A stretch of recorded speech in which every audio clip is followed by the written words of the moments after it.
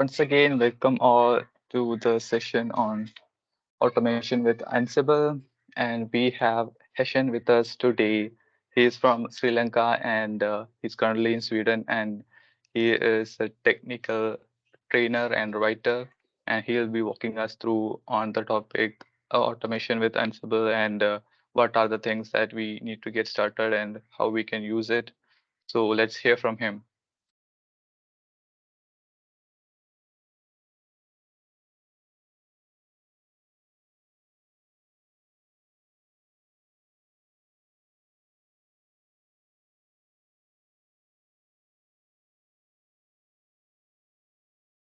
Hashira, Hello. yeah. So can you see my the full screen, the automation with Ansible? Could you please confirm? Yes, yes, we can see. Right, all right. Okay, second.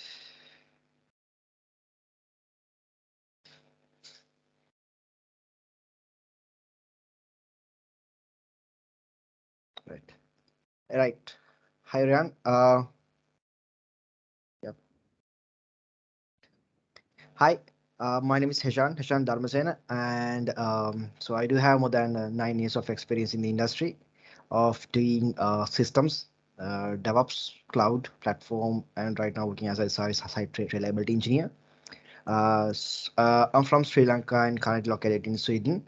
Yeah, so and I'm a co-organizer of the DevOps Sri Lanka community group as well as AWS community builder.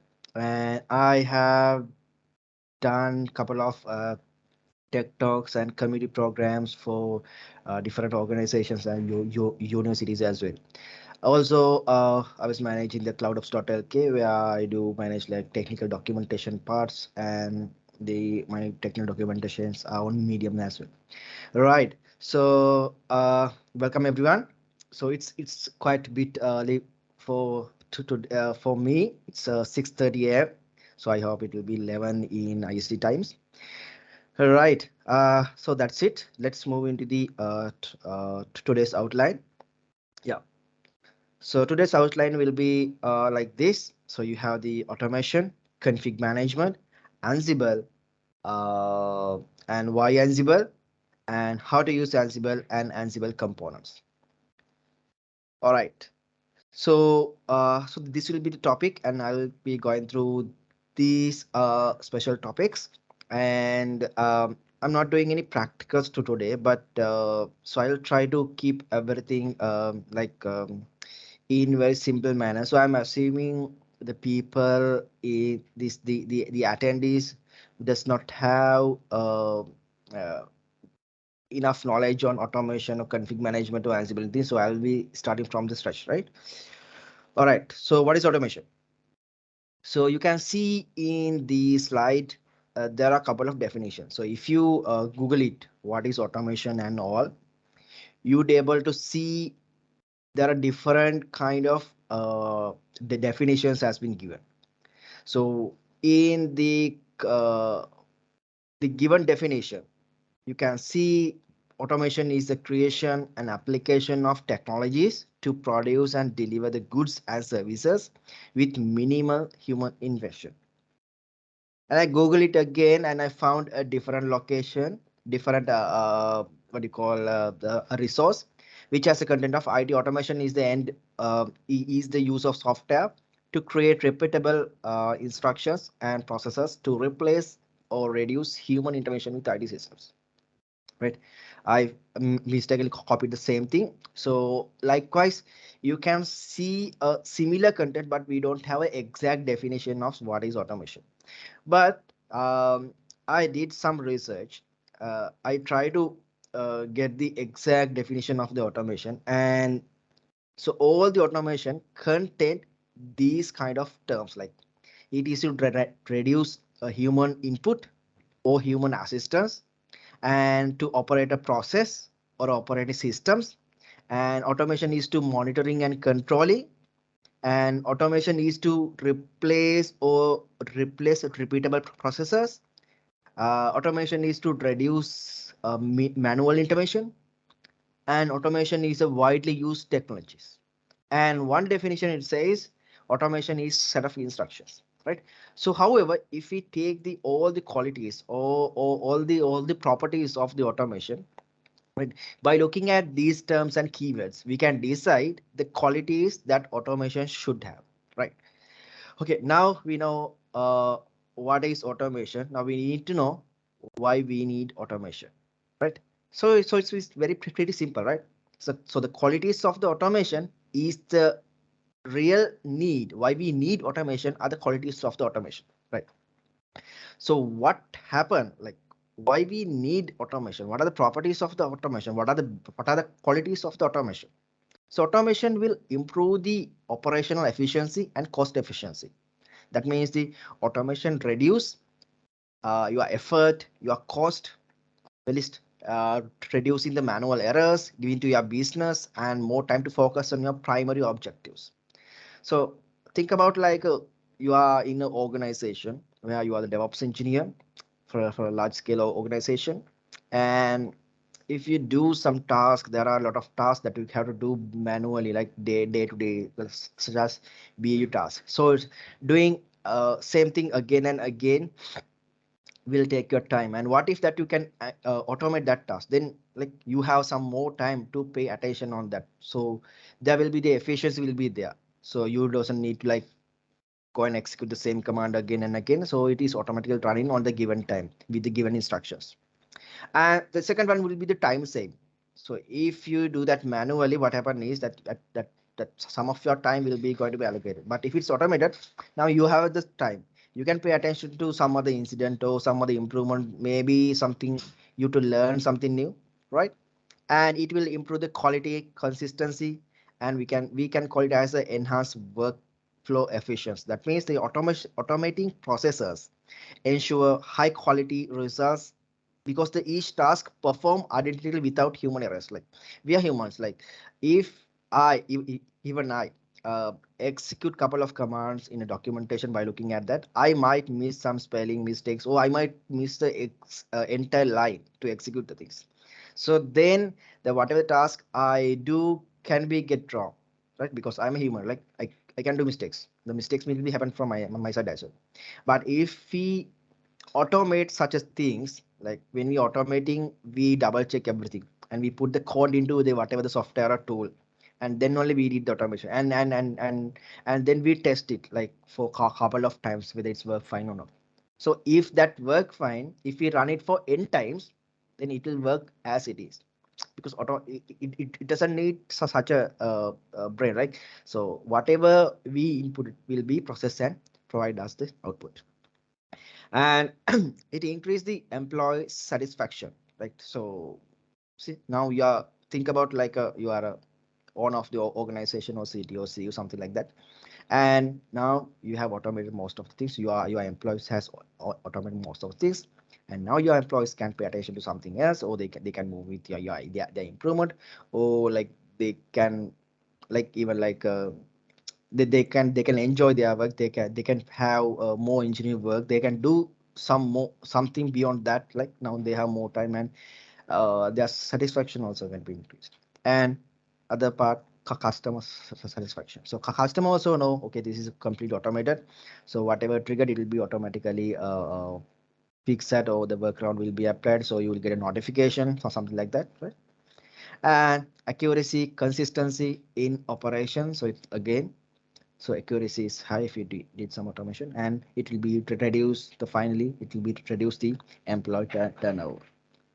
So there are some things that can be affect for like employee wise or organization wise. All right, so I think uh, now we know much about the automation and why we need automations. Let's move into the configuration management. All right, so config management. Right. Configuration management is an effective strategy designed to help organization govern, control policies, and maintain the server and the data integrity. So that is a definition I have captured from the internet. There are some definition. It says the configuration management is an efficient strategy designed to uh, provides visibility into how systems and controls rely on each other. That means when you have the configuration management tool. So okay, let's compare with the automation and the configuration management tools. There are such as like differences when it come to automation to configuration management, because the configuration management has the automation, but also it has some other qualities as well. That is the difference why we are moving from automation to configuration management.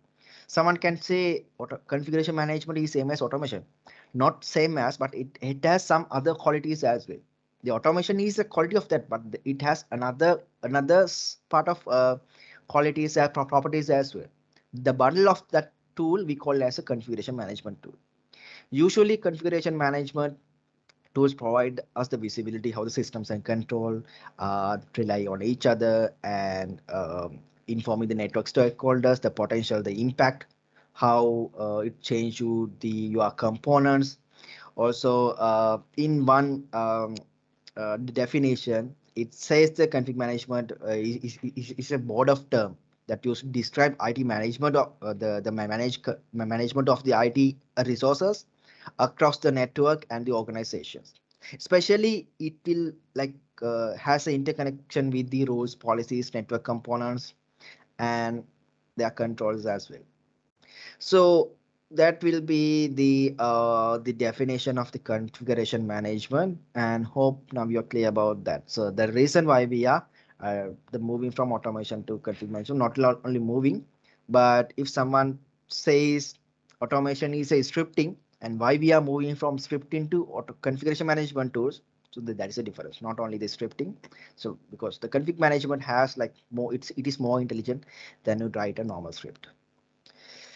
Right. So when it comes to config management, we have something called CI, configuration items. That means that your administrators should inventory their products and the features under their direct control. The type of CI includes the software applications, hardware appliances, network equipments, and other specific controls with the systems. Right. So we have something called CI, configuration items, and let's see why we need config management. Now we know the definition, the properties or the qualities of that.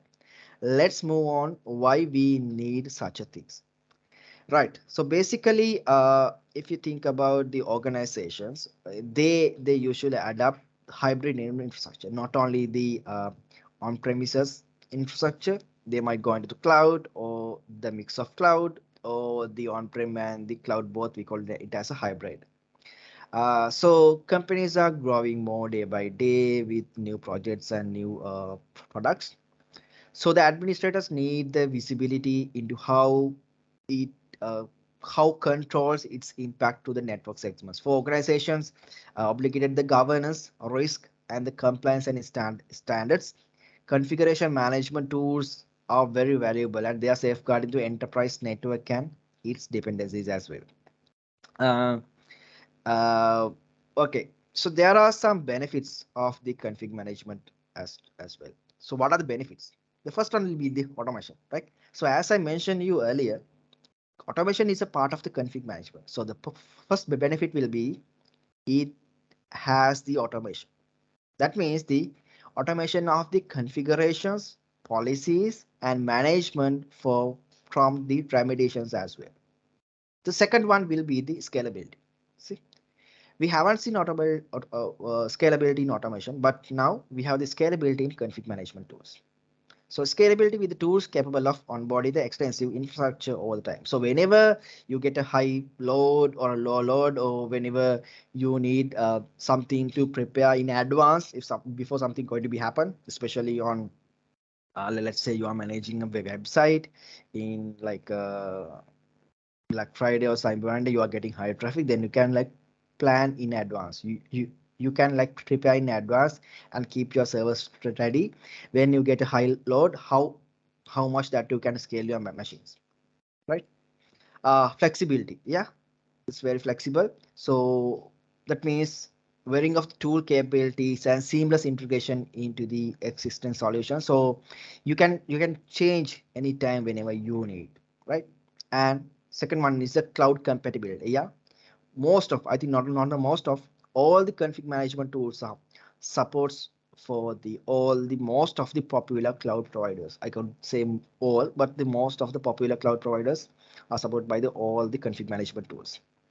Yep, and not only the cloud, but on premises as well as hybrid as well as multi clouds as well. I know that a couple of config management supports most of the cloud providers, like, and only the API version can be changed. So then can work with that, even with the on-prem as well.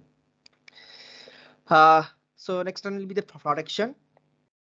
Uh, how are you going to secure the things? So when it comes to the security, when you are dealing with the configuration management tools, the security is again very much important. So how are you going to secure your infrastructure? How are you going to keep your patch updates? How are you going to limited the access from the outsiders? What your users can see, what users do or cannot do. Likewise, such things that you can configure on top of that.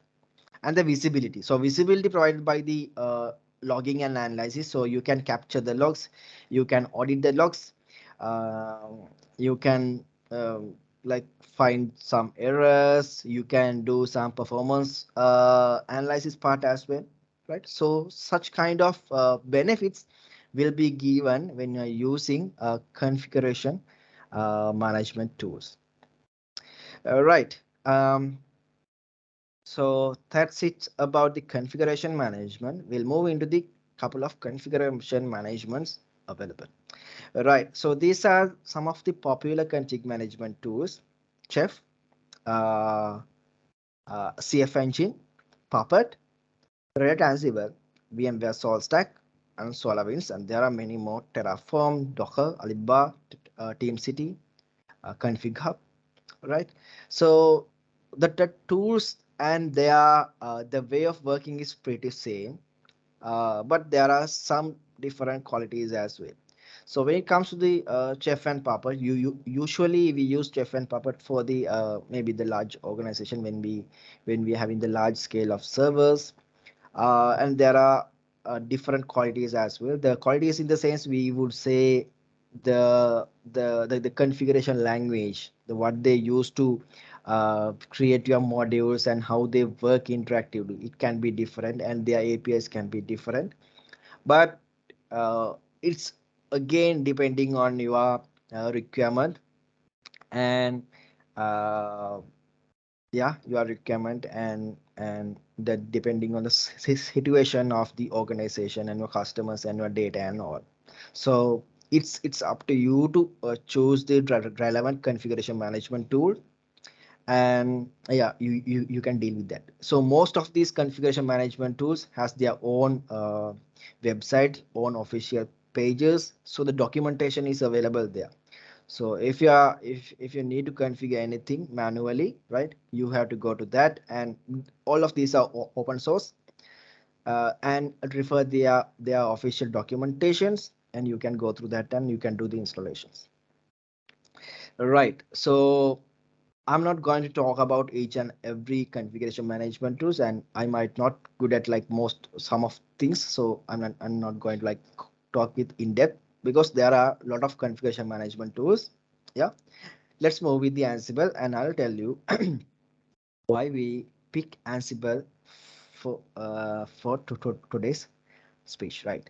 What is Ansible? So usually Ansible is a tool that generates written instruction for automating IT professionals' work throughout the entire system infrastructure. Right. So why I picked Ansible over other tools? The main reason would be Ansible is agentless, right? So when it comes to a configuration management tool, or when it comes to software or a API, what happens is we have something called server side and a client side. So you have the both sides, server side and client side. So whatever the master configuration, main configuration will be created, will be configured on top of your server side. So that has the all the configuration, the main configuration, main users, and the properties, everything will be configured at the server side. Then you have your clients. Clients means that your server farm, that you are your client machines. It can be your Active Directory server, it can be your application server, it can be your database servers, it can be your storage servers, right? It can be your backup servers or whatever, right? Things. So there should be a way to talk from uh, your server to client. How your server going to be talk with your client? So how the client's going to be respond to the server? So that link should be created by using whatever we call agents. So agents need to be installed on top of client machines. So let's assume you are installing a Puppet server. There's something called Puppet client. You need to install that Puppet client on the your other client machines. So then only it can be interactively work with client and servers. That's how the client server communication will be built, right? Okay. So there are some pros and cons of having the server client architecture. Yes, there could be some pros and cons as well. All right. So yeah, but when it comes to the Ansible, Ansible doesn't need the client installation. Ansible is agentless. Now someone might ask, so then how the Ansible going to be talk? How the your server node going to be talk with your client nodes, or how the client nodes going to be respond to the server nodes? The interaction, the communication will be happen on top of the inbuilt SSH or pre-installed SSH communication. SSH will be the client for Ansible. So SSH is something we automatically get if you have the Linux node, Linux or a Unix node. So SSH is already there. So then if your server machine is Linux or a Unix and you have your client machine in the same kernel, or not the same kernel, I mean the Linux or Unix, not it's not depending on the version or anything. So SSH is there and SSH is there. So now you can talk each other. So we doesn't need to install anything uh, to communicate for Ansible on your client nodes or server nodes. But obviously you need Ansible need to be installed on your server node. That's fine, but that's only. No need to configure your clients.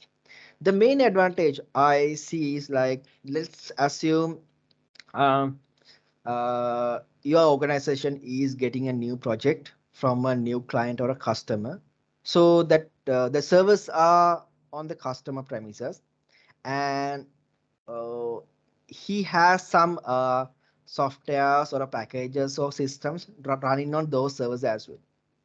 So what if you are going to install um, uh, agent package on the client nodes, because you are going with, let's say, Chef or Papatos or Stacos or something like that, where you need to install an agent, right? Now you need to ask, okay, to give the permissions for the client nodes to install the agent. The first one will be you have to request for the access.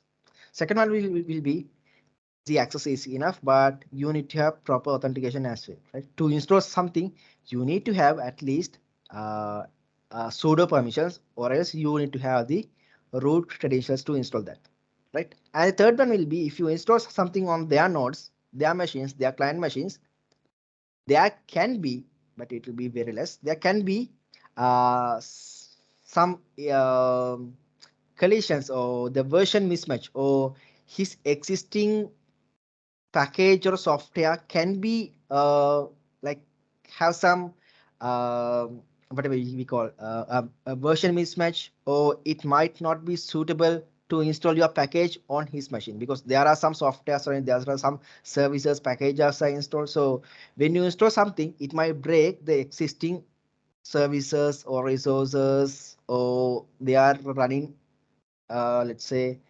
softwares or versions and all. So it might be harm, right? It can be harm his existing running the platform. So by looking at those three reasons, so Ansible would be better, because the Ansible use its inbuilt SSH connection. So you doesn't need to uh, get access to install anything. You doesn't need to get permission to like such ask for the to install my agent package or anything like that. But you only need to get the access with the sudo privileges because you are going to install something on your client machine using one user, so that user need to be configured there under the sudo privileges. So that's the only part you need to do, and other than that you need to copy your public key of the configuration, your server machine's public key into the client nodes under the authorized keys file. That's happen when you do the SSH part. If you need to do SSH without attending, that means without executing the passwords, then you have to do the passwordless SSH configuration as well. So I'm not going to talk about that because it's a part of Ansible. Anyway, it's something, uh, if you refer something called passwordless SSH configuration, you would get more resources of that. All right. So Ansible delivers a simple IT automation that ends that ends that repetitive task and frees up DevOps team for more strategic works. That means uh, once you configure the Ansible, so Ansible has different components. I'm going to talk about the configurations of components as at the end of the slides. But for now, um uh, we all know about what is DevOps. So DevOps has a life cycle. It's a never-ending loop. So a plan, build, test, and you can see the monitoring and everything there. So to to go on the flow of the DevOps life cycle, so Ansible help for that as well, because Ansible is a configuration management tool. So it is a part of that your DevOps life cycle, DevOps pipelines.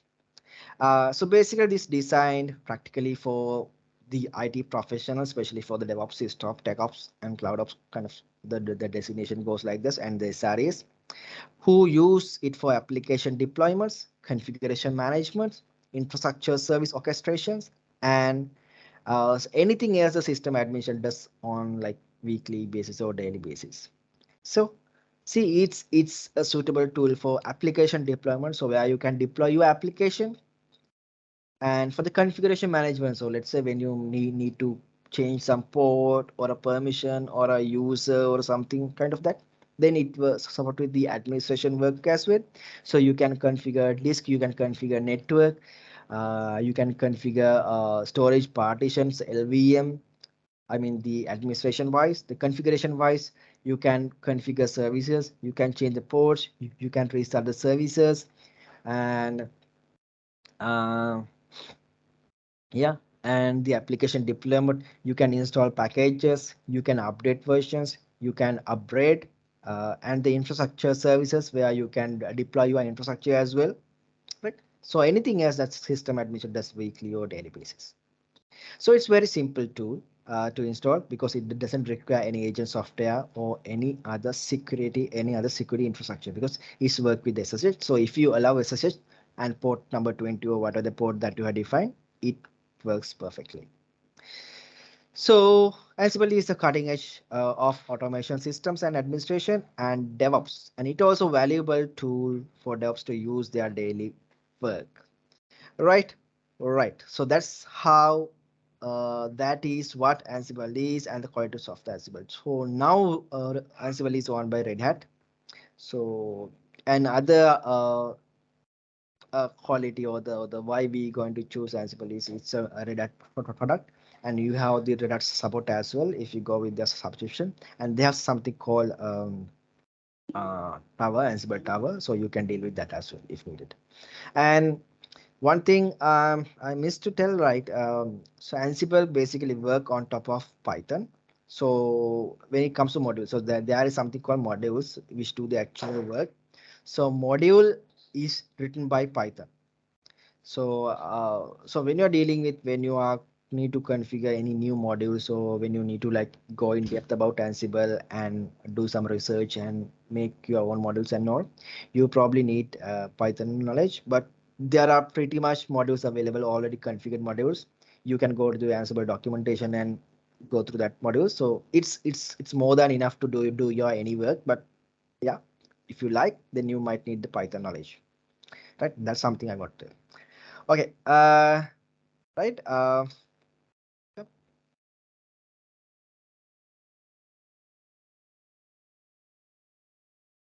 All right. So why Ansible and how it works? Okay.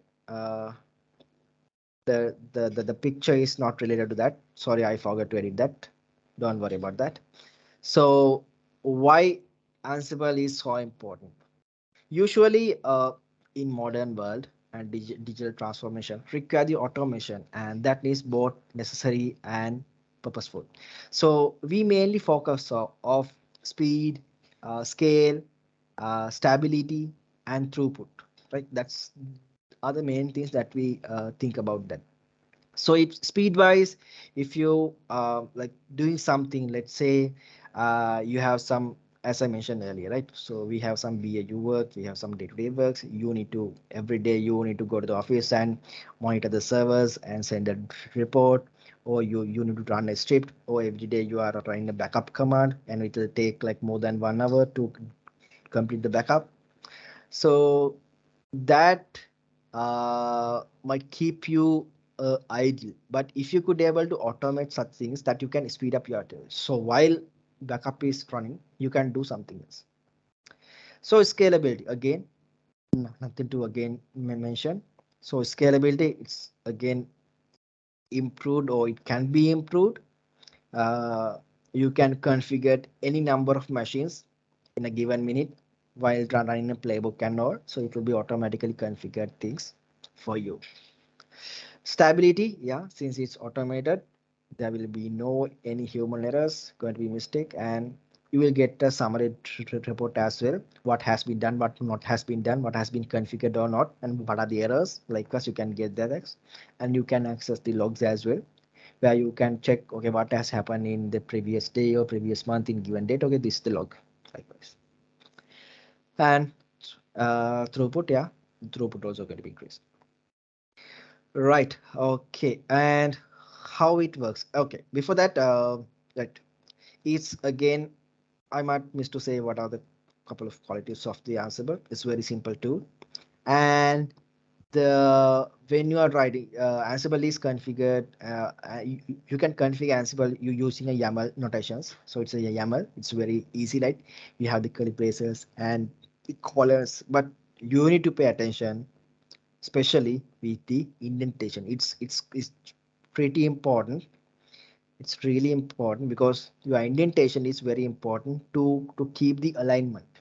So if you are adding some child part under the parent part, you need to make it like keep the more indent than your uh, parent section. So that's how it going to be think, okay, this is under me.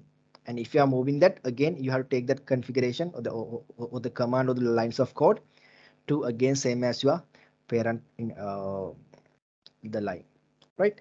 So that's how the Ansible is going to be written, because it's using the YAML. It's very easy to root.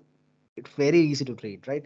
So if you like, it's in the simple English words, where when you need to install something package, the module will be yum or apt.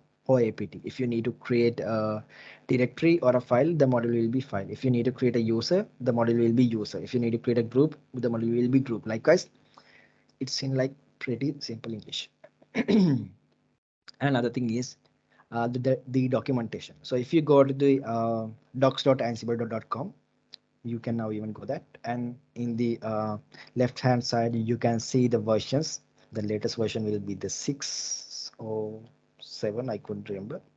I think it's a 6, right? So you can go there and refer the documentation as well. So documentation is pretty much good. So I have used with the documentation and Ansible for last, I think, more than 3 years. So yeah, I started with 2.1. Now it's like version 6, 5 or 6, something like that. Uh, yeah, so you have the FAQ section where the frequently asked questions. So it has more information and the very good resource as well. Okay, I'll talk with the components later, wise, so it's very will be very interesting. And okay, and the some of benefits of using Ansible. So Ansible is a quick and easy to use, and it runs all of the operations over the SSH. So SSH works on Linux machines. But one thing I would just wanted to say, it can be when it comes to the When we compare things, we usually call it pros and cons. So I talk about the pros side of the positive side, or the advantages of the Ansible. But when I talk with the disadvantage or the con side, yeah, I would say, so till now, till today, you cannot use Windows machine as a Ansible server. That means like as a control node. When we talk with the server client architecture, server side, we call it as a control node. There you can configure at least one node, configure control node. So the rest of nodes we call it as a managed nodes or the managed servers. So till today, you cannot use Windows machine as a control node, as a Ansible server. But you can have Windows machine as your client machines. That's fine. But Linux machine perfectly work with control node. So that can be a kind of disadvantage of you using Ansible. Right. Okay. And it doesn't require any agent installation. And Ansible is free. It's an open source tool, and it's very straightforward. You need to configure what, not what, how it going to be happen, right? You need to configure it, how it going to be happen, and it's a YAML files. So YAML files usually read from top to bottom. So whatever that you have configured, it will be reading the first two lines, then third line, fourth line, likewise. That's how it going to be read. That's how it going to be configured. That's how it going to be respond to the Ansible server. And it has something called playbooks, where the most of your configuration is written in YAML format. So the playbook is a couple of commands and sections. So it has some other components as well. I'll talk of that later. And we have something called roles. So it's again the collection of some of the tasks and all. I'll talk it later. And it could be used to perform simple tasks such as creation of the file, deletion of the file, or like complex situation where you need to install something, install the server and application and the configuration and the restart and the reload, and you can scrape some matrices, but you can do anything. So in a more extensive or more uniform systems, Ansible may be a better fit, and also it provides a set of modules for managing various methods and cloud infrastructure. So the main point will be it works with the cloud, uh, the providers, the most of cloud providers it works with. Right. So how does Ansible works? How it works? So Ansible connects to the nodes on a network. So there should be all your control nodes. That means your client nodes and your control node should be in a network where your control node can be talk with your client nodes. So if you don't have the network connected, then it won't work, right? Anyway, because it's work through SSH. So if it is works through SSH means your client nodes need to allow port 22 incoming request. So that's automatical. That's something that you need to configure. Your client nodes need to be open for a port 22 or whatever the configured port through SSH, however. Right. Then you need to have the Python installed on your control node and your client nodes. So anyway, Python is automatically get installed when you use the Linux machine. Right. And so SSH will be there. But if you use Windows machines as a client nodes, then you need to install the WinRM software for that to remotely communicate with from your Ansible control node to your managed node. Right. Okay. Then we need to install Ansible on top of your control node. Now it's become a control node. So while installing, when the installation going to happen, it will automatically install the modules as well. So now you are Ansible control node configure with the modules.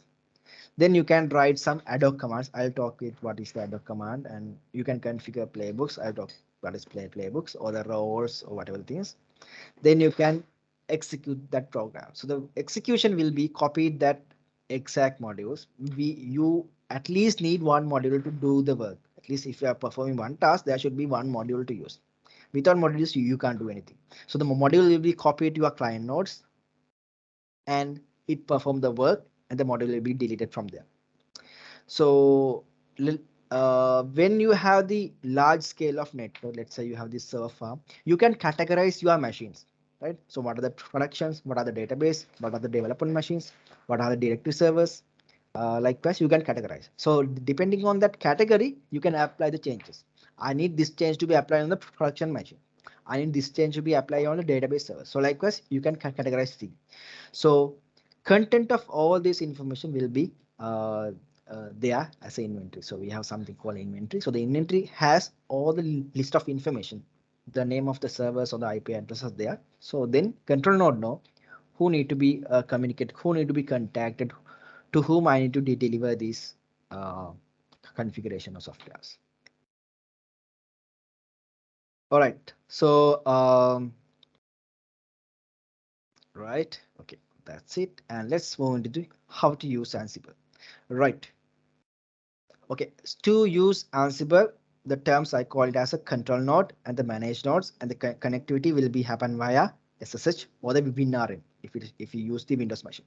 So in the picture you can see the users are there, and users are executing the playbooks, and you can see the private or the public cloud, which is like beyond that, and you have some CMDB. I'll talk with that. What is CMDB? And then you have the Ansible automation engine, which has some other components. There are more components. I'll explain that later. And you need the list of host, and you need the networking. So whatever the content in the outside need to be have with you. You should have, it's your preference, right? Either it can be on premises or it can be private or public cloud. CMDB is something optional. It is a database where you can pick the inventory of it. It might be a dynamic inventory, and you have the users who are the admin of the Ansible, or can be clients or the DevOps engineers. Then you are reading playbooks with you. Then you should have the host, that means the client machines, the name of or the IP of the machines, and the proper networking, how you are, maybe the control node, then the client side, the same network. All right. So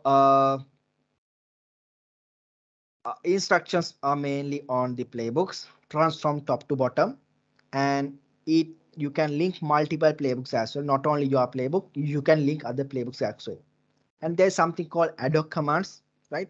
So ad hoc commands means a, a, a, a small like piece of command where you need to run something on Ansible without writing a playbook. Okay, playbook is a file where it needs some like starting points, how you're going to start with a name, colon, and a playbook name. Then you need to do the indentation and what are the hosts that you are going to be called, and what is your remote machine, remote server, and all. So everything need to be configured in a format manner.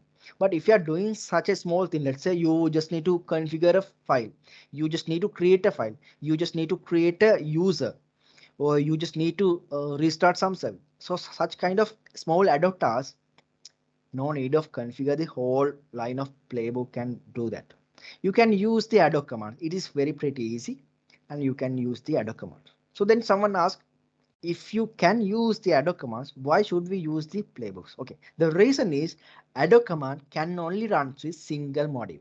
So if you are having more than one module to be run, you have to definitely you have to go with the playbooks. So playbook can contain n number of modules. But if you're dealing with one module, it's better to go with the ad hoc command because it's very pretty easy, very quickly you can do. Right? Hope you got my point. And there's a play recap. So whatever the commands, even you execute the ad hoc commands or even you execute the playbook or role, whatever, at the end of the execution, you will get a play recap. So play recap contain how many successful tasks, how many failed tasks, how many ignored tasks, how many skip tasks, okay, how many has been changed, how many not has been changed. So you will get a summary of that, and the time, how much time it take, like kind of summary. So then by looking at the summary, you can get idea, okay, these things has been changed, this thing has been not changed, okay, there are some this kind of failures like that. Okay, and you can enable the logs.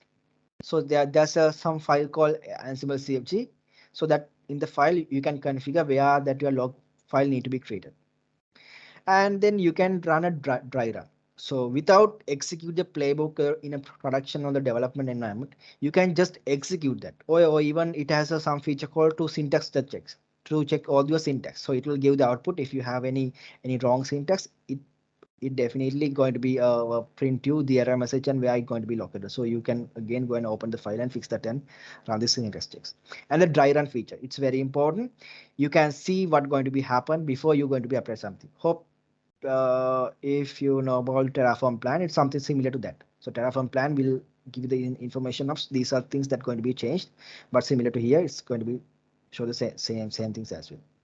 Uh, yeah, and another feature will be it's going to be collecting raw data as well. We call it as a fact, right? So these are the Ansible components, right? So the Ansible components are pretty much like this. So this is some diagram I have created.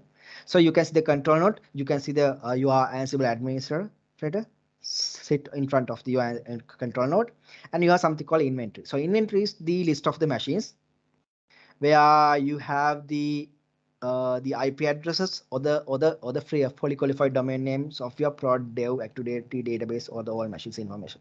The modules will be the are the ones who do the actual work.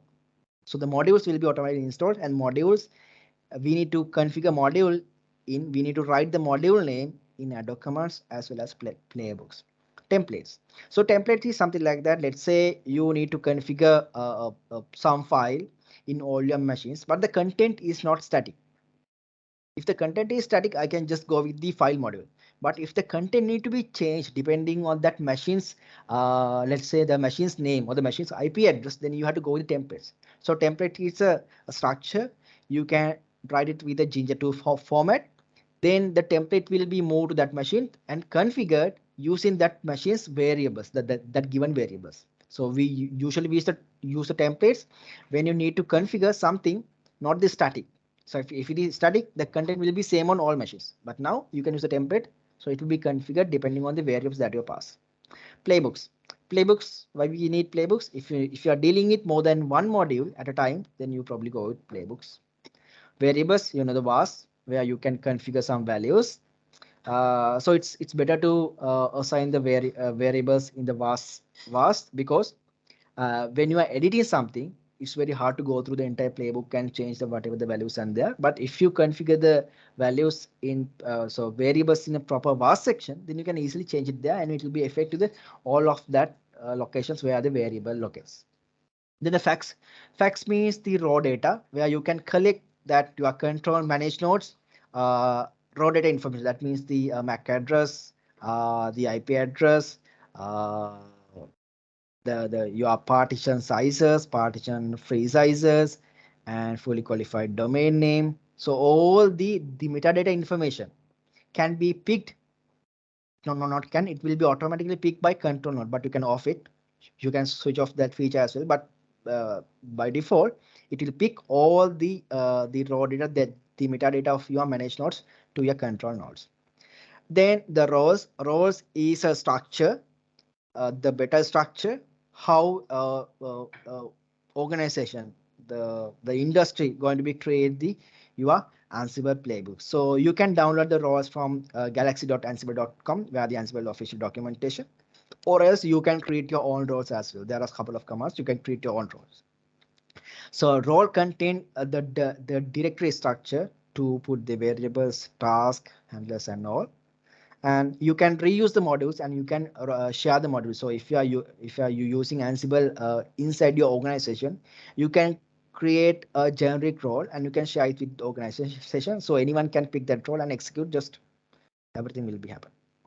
And errors, how it going to be handle the errors? So when it comes to the handling errors, it's very important. So if you are a like Ansible administrator, there are ways, like as I mentioned earlier, syntax checking, the debug, and enable the logs.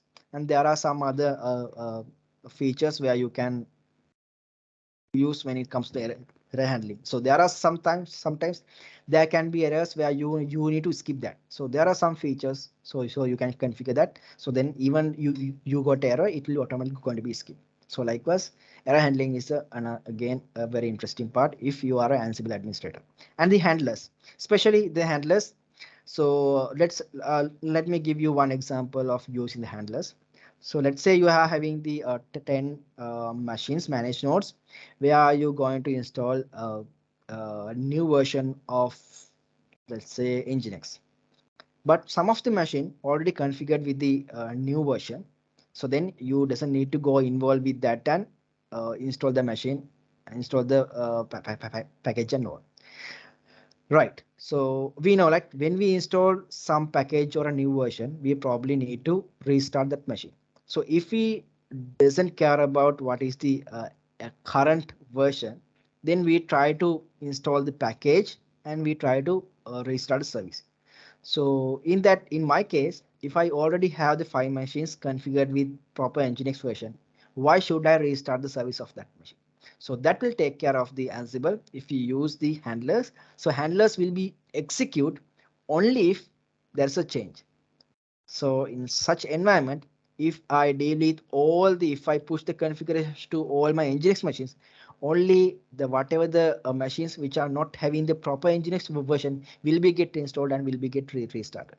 So the rest of the machines will be stay as it is without any restarting or anything.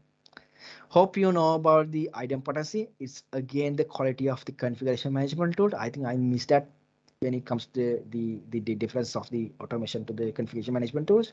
So idempotency is the number one quality of the all the configuration management tools. That means when once you write something to configure, if it is already there, it won't going to be go and change anything, right? That's even you run the playbooks or a puppet OHF for anything n number of time, if your destination or your desired state is already there, it won't going to be change anything.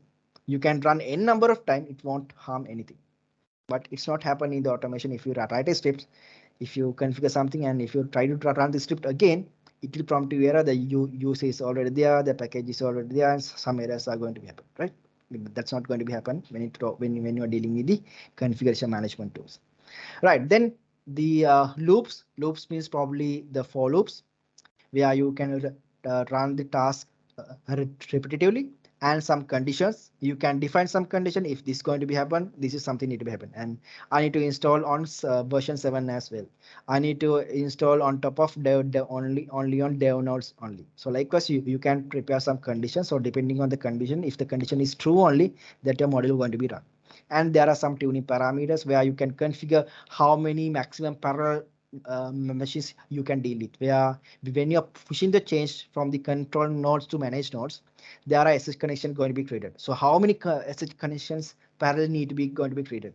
And again, there's another feature called fork and serial. Forks means the number of parallel SSH connections. Serial means the um, uh, each module, how many servers going to be picked for each module at a time. That means you can do the rolling things, that rolling restart, rolling installations using the serial keywords. But if you're more interested about those things, you can refer that my cloudops.lk, and there are some documentation written by that. And then we have some of the command line tools also automatically going to be installed with the Ansible installation. One is the Ansible command, Ansible doc command, Ansible playbook, Ansible Galaxy, and Ansible Vault. There are a lot of commands going to be installed, but here I only mention only 4 or 5 commands. So Ansible command we use to check the number of hosts we have and whether the hosts are going to be resolved or not, and for the ad hoc commands. Ansible doc command is usually we use to look at the documentation. So without going to the docs.ansible.com, their official page, and look at the modules, you can use the ansible-doc command to look at the modules by using a command line. Ansible-playbook to run the playbooks and all. Ansible-galaxy to deal with the roles, installation of the roles, creation of the roles and all. Ansible-vault. So Ansible has a vault feature. That means you can store your secrets in a protective manner. So once you protected secrets with Ansible vaults, you cannot decrypt it without having the password. So it's very good if you are dealing with your secrets, let's say PEM keys, private keys, SSH keys, and all. And you have another thing called Ansible Tower, where it's a cloud version, it's a SaaS version, where your Ansible admin can work from home. He can remotely execute the playbooks and all. He doesn't need to sit in front of your control node. And the communication, you can see the SSH WinRM or the SSH connection need to be happen, and the CLIs, the CLIs that I mentioned, the Galaxy need to be configured. It need outside access. So rest of the things can be worked with inside the intranet. But if you are dealing with Galaxy, if you are dealing with Ansible repositories for the routes and all, then you might need the internet action. All right. Yep. So then, uh, I think I have taken more than time. Yeah, more time for that. Uh, it's for the Q&A time. So do you have any questions of that?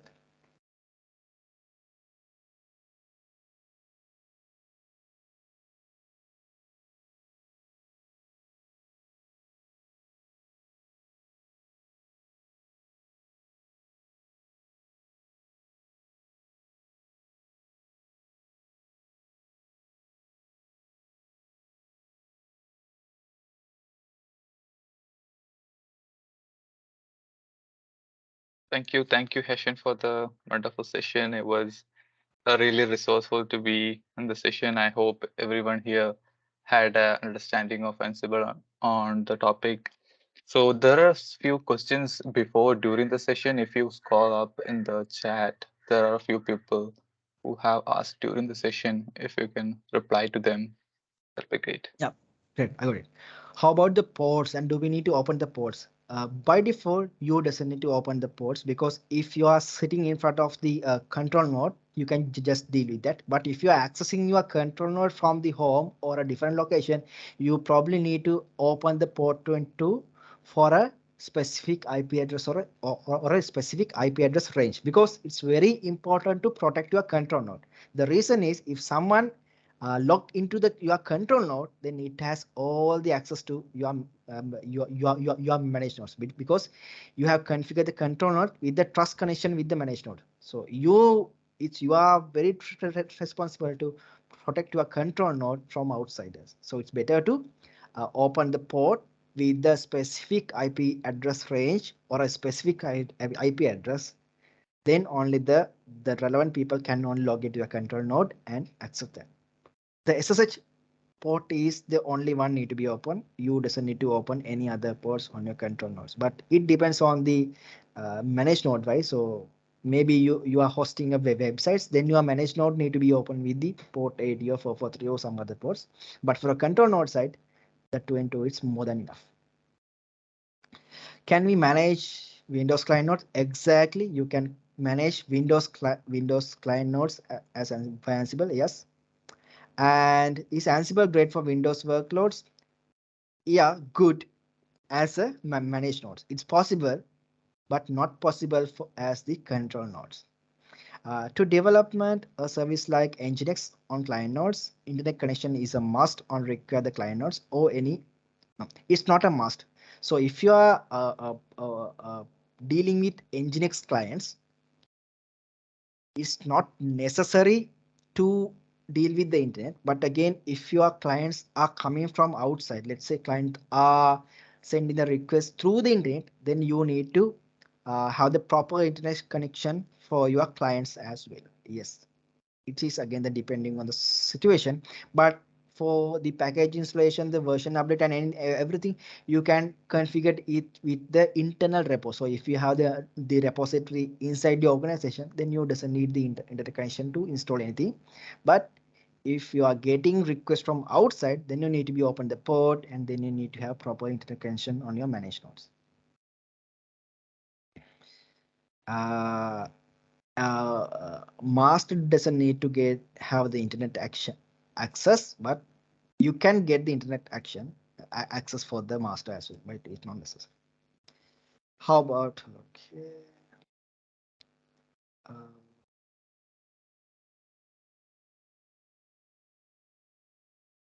uh, YAML example. I haven't prepared with the YAML example, but I'll share when it going to be like shared in the LinkedIn. I'll share the YAML examples, or I'll share the link so you can go through that. So right.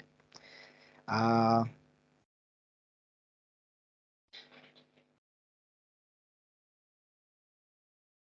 Yeah. Uh, More places to get details. I would say the official documentation is one of the best place. You can go through that. And these are some of links that Surak has shared. So no, no, it's there is no demo, but I'm not prepared for like it's for the like 1 hour sessions. I couldn't go with demo, but probably can do with the demo. I would like in future might be able to. How the pricing works? No, it's totally open source. It's free of charge. You can download it, you can use it for like even for the production environments. Paid version is there if you use the Ansible Tower, but again, it's so far good and uh, I would say the price is very good. If you don't have any local repositories connected on client nodes, then how the Nginx package will be installed? So if you don't have the local repository, then you have to download the binary or the pkg file or the deb file from the internet. Then you have to install it. Otherwise, you should have a proper repository connected to the outside. Then only you can download the package. But I would say when it comes to the organization, if the organizations are organizations, their internet is very secure. Usually, most of the organization what they do is they download the packages and they did their vulnerability testing and all. Then they came up with the decision of the what is the exact version we use inside our organization. Then they kept that version inside the local repository of the organization. That's how the most organization are dealing, because they are not going to download anything from the outside internet. It's not very secure.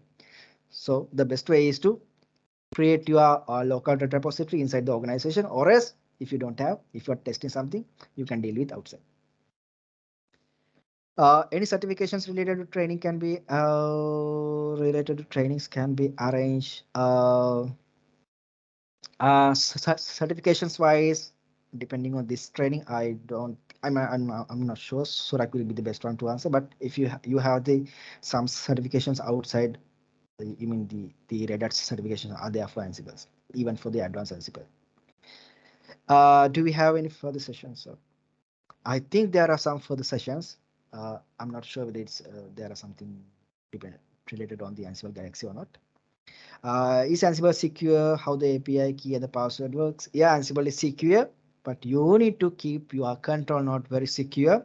You can create proper passwords. You can disable root login. There are a lot of things that you can use the security device. So if it is a Linux machine, definitely it is a Linux machine. You can deny root login. You can create a separate user, something with a different name, which someone cannot guess. No, not like admin test, something like that, but you can create a different user with some different digits, and you can configure sudo privilege for that user. Then you can disable port 22 for the all ports. You can only allow port 20, or even you can change the port 20 to a different port like 2222. And you in the firewall you have to open the firewall. Then you can allow different IP address or network to allow from that port to come into the request. Then you can create SH keys, password SH keys, and you can only allow the key authentication. uh yeah, I think I have answered all the things. Anything I left? No, I think all the questions in chat box been answered. Yeah, we've been 5 minutes after 1 hour right now. Yeah, Yeah. yeah, exactly, sorry for that. No, it's cool. It's cool. As long as like the people have, they need to be clearing the doubt, right? They've been in the session that is how it completes once they have the doubts cleared. So if you guys don't have any other questions, we can wind up for today's session.